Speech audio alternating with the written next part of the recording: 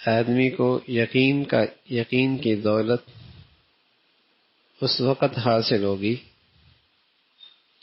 جب اس کے دل سے 3 پردے ہٹیں گے.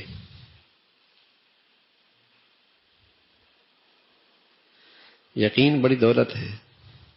اللہ کی ذات پہ اعتماد، یقین، سبحان اللہ. ایسا آدمی نہ کبھی ڈپریشن میں جا سکتا ہے، نہ کبھی مایوس ہو سکتا ہے، نہ پریشان رہ سکتا ہے، نہ غم زدہ رہ سکتا ہے. یہ یقین عجیب دولت ہے، اللہ کی ذات پہ یقین. تو فرمایا کہ یقین جو ہے یہ اس وقت تک نہیں ملتا جب تک کہ 3 پردے نہ ہٹیں. فرمایا پہلا پردہ کیا ہے؟ موجود پہ خوش ہونا، مفقود پہ غم کھانا. موجود پہ خوش ہونا، مفقود پہ غم کھانا. یعنی کچھ ہے تو خوش ہے، اچھا اب تو کام بن جائے گا. نہیں ہے، اب تو یہ چلا گیا، اب کیا ہوگا. یہ بڑے پردے ہیں یقین کے راستے میں. یقین کس کا نام ہے؟ موجود مفقود، اس کے لیے دونوں برابر ہوں. اللہ تو ہے نا، سبحان اللہ. جو موجود ہے نہ اس سے ہونا ہے، اور جو نہیں ہے نہ اس سے کام کا رکنا ہے. کرنے والا تو اللہ ہے.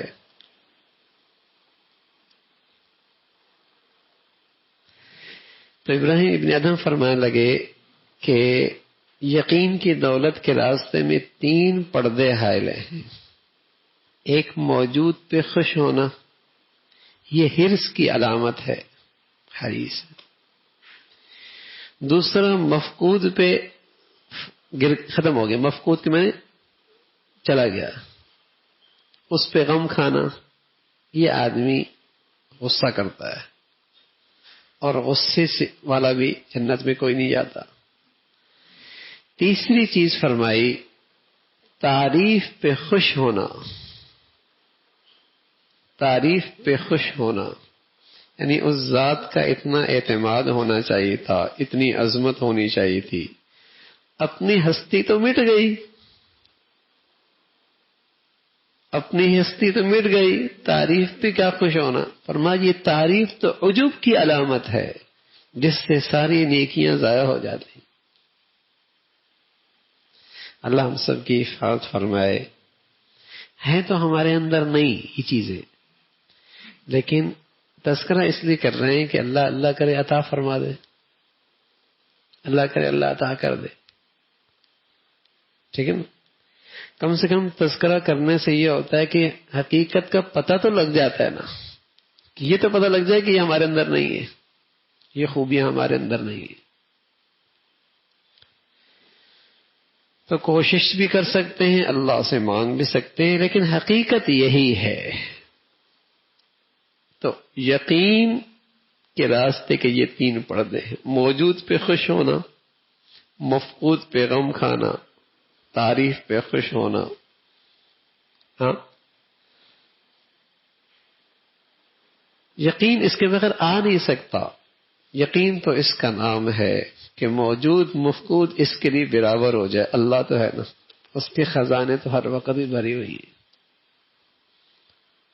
اس کے خزانے تو ہر وقت بھری ہوئی ہیں. اس کے لیے نہ مفقود کا مسئلہ ہے نہ موجود کا مسئلہ ہے. سبحان اللہ. وہ چاہ لے گا تو مفقود موجود ہو جائے گا، نہ چاہے گا تو موجود مفقود ہو جائے گا.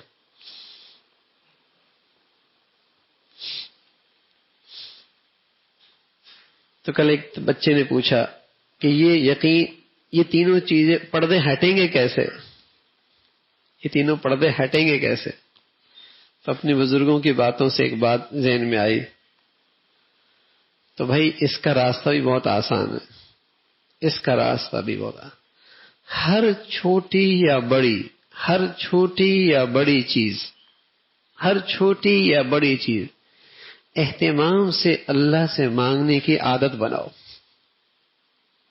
کچھ موجود ہے تب بھی اللہ سے مانگو، کچھ نہیں ہے تب بھی اللہ سے مانگو. بہت اہتمام سے مانگو.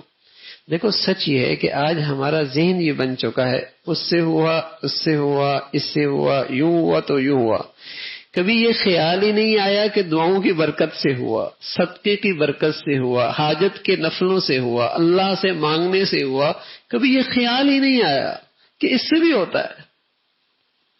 ہم کہتے ہیں یوں کر لیا تو یوں ہو گیا، یوں سیٹنگ کر لی تو یوں ہو گیا، یوں تدبیر کر لی تو یوں ہو گیا، ایسی محنت کی تو یوں ہو گیا، یوں کوشش کر لی تو نتی. ارے میاں صدقے سے بھی تو کچھ ہوتا ہے، اللہ بھی تو کچھ کرتا ہے، دعاؤں سے بھی تو کچھ ہوتا ہے، حاجت کے نفلوں سے بھی کچھ ہوتا ہے.